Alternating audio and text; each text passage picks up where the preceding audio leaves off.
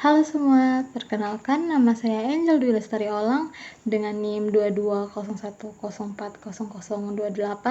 Saya mahasiswi semester 5, program studi pendidikan biologi, Fakultas Keguruan dan Ilmu Pendidikan Universitas Nusa Cendana. Pada video kali ini, saya akan menjelaskan tentang transport sel kelamin dan fertilisasi pada hewan vertebrata. Untuk itu, simak video berikutnya. Baik, saya akan menjelaskan tentang transport sel kelamin pada Pisces. Yang pertama, transport sel telur, di mana oosit atau sel telur pada Pisces yang berada di ovarium akan berkembang menjadi oosit primer melalui pembelahan mitosis dan kemudian akan melalui proses pematangan yang disebut oogenesis, di mana nantinya oosit primer akan berubah menjadi atau berkembang menjadi oosit sekunder dan nantinya akan diteruskan melalui saluran reproduksi dan akan berhenti pada oviduk untuk melakukan fertilisasi.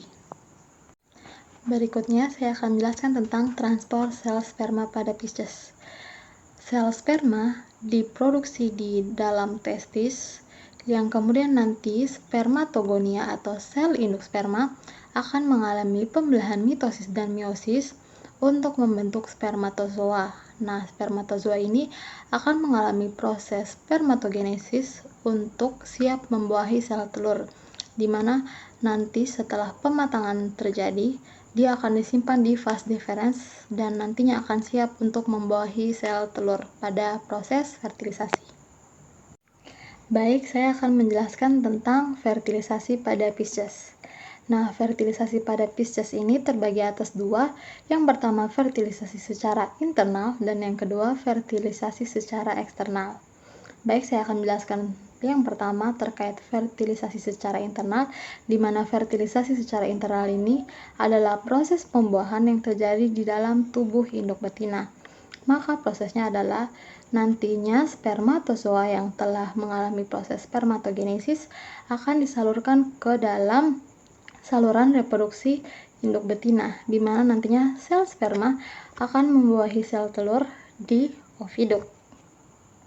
Baik, selanjutnya saya akan menjelaskan fertilisasi secara eksternal pada Pisces. Nah, fertilisasi secara eksternal ini terjadi di luar tubuh induk betina, di mana nantinya sel telur atau ovum akan dikeluarkan dari tubuh induk betina dan akan diletakkan pada dasar ataupun tempat yang telah disediakan oleh induk tersebut untuk terjadinya fertilisasi di luar tubuh induk tersebut, di mana nantinya sel sperma pada induk jantan akan dikeluarkan dan di mana sel sperma tersebut akan mendekati sel telur dan kemudian terjadi pembuahan secara eksternal atau di luar seperti di dasar laut ataupun di tempat-tempat yang sudah disediakan oleh induk jantan ataupun induk betina pada Pisces. Baik, selanjutnya saya akan menjelaskan tentang fertilisasi pada amfibi, di mana fertilisasi pada amfibi ini terbagi atas dua. Yang pertama, fertilisasi secara eksternal dan yang kedua, fertilisasi secara internal. Nah, fertilisasi secara eksternal atau di luar tubuh induk betina dilakukan dengan cara yaitu katak jantan akan mengeluarkan suara khasnya atau vokalisasi untuk menarik perhatian pasangannya atau katak betina, di mana pada saat katak betina merespon panggilan dari katak jantan, nantinya katak jantan akan menaiki punggung dari katak betina dan pada posisi inilah memungkinkan katak jantan mengeluarkan spermanya pada saat betina mengeluarkan sel telur pada waktu yang berdekatan untuk melakukan fertilisasi. Nah, posisi ini disebut dengan amplexus. Nah, berikutnya fertilisasi pada amfibi secara internal, di mana fertilisasi pada amfibi secara internal ini terjadi di dalam tubuh katak betina, yaitu prosesnya adalah katak jantan akan mengeluarkan suara khasnya atau vokalisasi untuk menarik perhatian dari katak betina. Nah, pada saat katak betina merespon panggilan dari katak jantan akan menaiki punggung dari katak betina dan kemudian posisi ini disebut copulexus, di mana gabungan dari amplexus dan juga kopulasi. Nah, fertilisasi secara internal ini dia menggunakan perluasan kloaka jantan dan juga menggunakan ekor sebagai penyaluran antara sperma untuk menuju ke sel telur yang ada pada katak betina yang memungkinkan untuk sperma dapat membuahi sel telur pada katak betina. Yang berikutnya yaitu transport sel kelamin dan fertilisasi pada reptil. Nah, yang pertama transport sel telur. Sel telur yang telah mengalami ovulasi atau pematangan, dia akan dikeluarkan dari ovarium yang kemudian akan ditangkap oleh infundibulum, di mana nantinya dari infundibulum sel-sel telur tersebut akan diteruskan ke oviduk. Nah, di mana oviduk ini adalah tempat terjadinya fertilisasi atau pembuahan secara internal pada reptil. Yang berikutnya adalah transport sel sperma. Nah, transport sel sperma pada reptil ini terjadi melalui proses yang pertama adalah spermatogenesis atau pematangan sel-sel sperma yang terjadi di testis. Kemudian, sel-sel sperma yang telah mengalami spermatogenesis akan diteruskan ke epididymis dan akan menjalani proses pematangan selanjutnya dan akan disimpan sementara di epididymis yang nantinya akan menunggu ejakulasi untuk melalui proses selanjutnya untuk memindahkan sel sperma ke dalam tubuh induk betina untuk menjalani proses fertilisasi.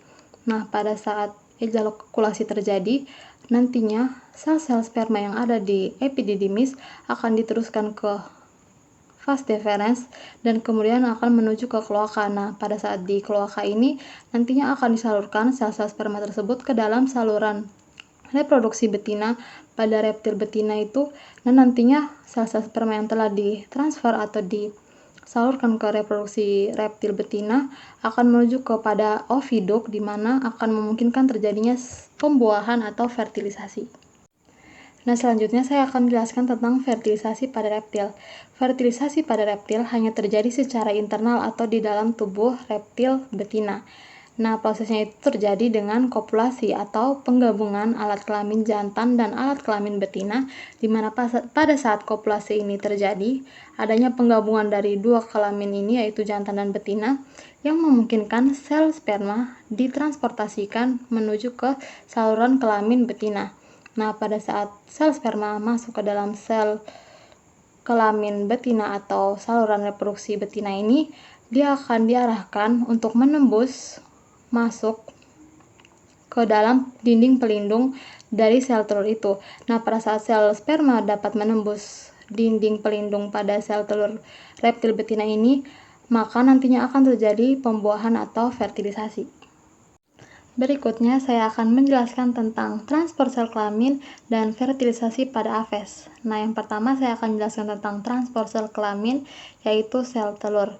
Nah, sel-sel telur pada Aves ini akan mengalami ovulasi atau pelepasan ovum atau sel telur yang telah melalui proses pematangan dan siap untuk dibuahi, di mana ovulasi ini terjadi pada bagian stigma dari dinding folikel, yang nantinya sel-sel sperma yang telah mengalami ovulasi ini akan masuk ke dalam oviduk. Nah, di oviduk ini terdapat 4 segmen, salah satunya adalah infundibulum. Nah, infundibulum sendiri ini merupakan tempat terjadinya fertilisasi pada Aves.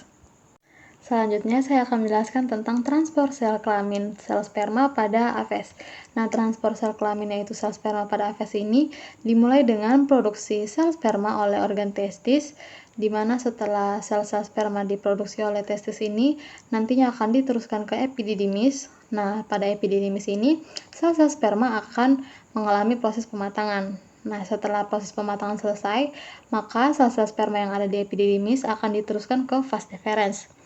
Vas deferens sendiri merupakan tempat penyimpanan sementara sel-sel sperma yang telah mengalami proses pematangan yang nantinya akan siap untuk menjalani proses transfer atau transportasi ke sel kelamin betina yang siap untuk membuahi atau terjadinya pembuahan.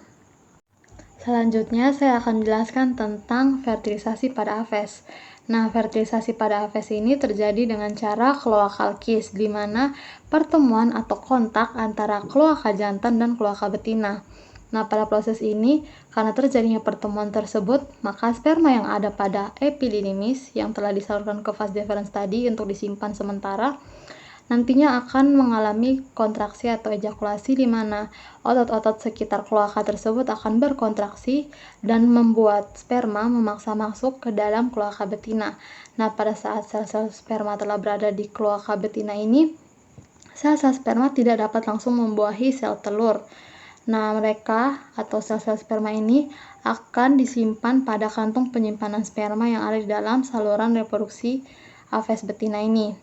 Nah, pada saat nantinya sel-sel telur akan dilepaskan, maka sel-sel sperma yang ada di kantung penyimpanan sperma ini yang dalam kondisi sehat dan normal akan juga dilepaskan secara bersamaan dan akan terjadi pembuahan atau fertilisasi.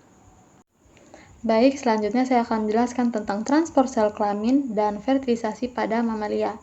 Yang pertama, saya akan menjelaskan tentang transport sel kelamin, yaitu sel telur pada mamalia, yaitu dengan cara sel-sel telur atau ovum diproduksi atau dihasilkan oleh ovarium yang kemudian akan mengalami proses pematangan yang disebut dengan ovulasi, dan pada saat proses pematangan tersebut telah selesai, sel-sel telur atau ovum itu akan dilepaskan dan akan menuju ke tuba Fallopi melalui infundibulum. Nah, pada saat sel-sel telur atau ovum tersebut sudah sampai ke tuba Fallopi, nantinya sel-sel telur tersebut akan disimpan sampai pada saatnya nanti sel sperma datang untuk membuahi sel telur dan terjadinya fertilisasi.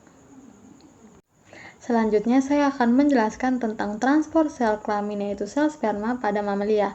Nah, prosesnya yang pertama yaitu organ testis akan menghasilkan sel-sel sperma yang nantinya akan mengalami proses pematangan atau spermatogenesis, di mana proses spermatogenesis ini terjadi di tubulus seminiferus. Nah, pada saat proses pematangan ini telah selesai, sel-sel sperma yang ada di tubulus seminiferus akan diteruskan ke epididymis untuk melanjutkan proses pematangan selanjutnya. Setelah proses pematangan selesai, sel-sel sperma tersebut akan disimpan sementara di epididymis dan akan menunggu sampai pada saatnya terjadi ejakulasi yang akan membuat terjadinya proses transportasi antara sel sperma untuk masuk ke dalam saluran reproduksi mamalia betina untuk melakukan proses fertilisasi atau pembuahan. Selanjutnya saya akan menjelaskan tentang fertilisasi pada mamalia. Nah, fertilisasi pada mamalia ini terjadi secara internal atau di dalam tubuh induk betina. Nah, prosesnya adalah yang pertama, alat kelamin jantan atau yang biasa disebut dengan penis akan masuk ke dalam alat kelamin betina yang nantinya akan terjadi proses ejakulasi oleh si jantan yang memungkinkan sel-sel sperma yang ada di epididymis akan mengalami kontraksi dan akan berpindah atau akan bergerak keluar dari saluran reproduksi jantan untuk masuk ke dalam saluran reproduksi dari betina. Nah, pada saat sel sperma akan masuk ke dalam saluran reproduksi wanita, dia akan melewati beberapa organ, yaitu ada vagina, ada uterus, dan dimana nanti pada saat transport sel sperma tersebut terjadi, nantinya sel sperma akan sampai ke uterus, dimana pada sampai di uterus ini belum saatnya sel sperma membuahi sel telur, karena sel sperma harus melewati dinding pelindung atau sel-sel pelindung yang melapisi sel telur. Nah, pada saat nanti sel sperma salah satunya ada yang bisa dapat menembus sel-sel pelindung tersebut, maka sel sperma tersebut yang dapat membuahi sel telur dan akan terjadi proses fertilisasi atau proses pembuahan di tuba Fallopi. Sekian penjelasan tentang transport sel kelamin dan fertilisasi pada vertebrata. Saya Angel Olang, saya pamit undur diri. Sekian dan terima kasih.